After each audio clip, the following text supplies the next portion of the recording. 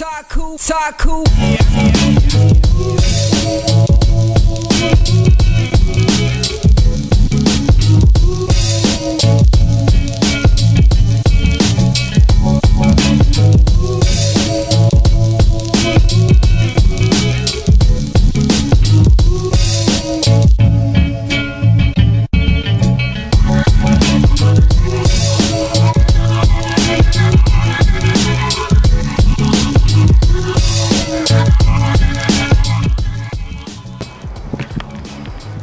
Šis parks ir bijis paradīze. Cilvēki atnākot šeit nav jutušies kā kapos.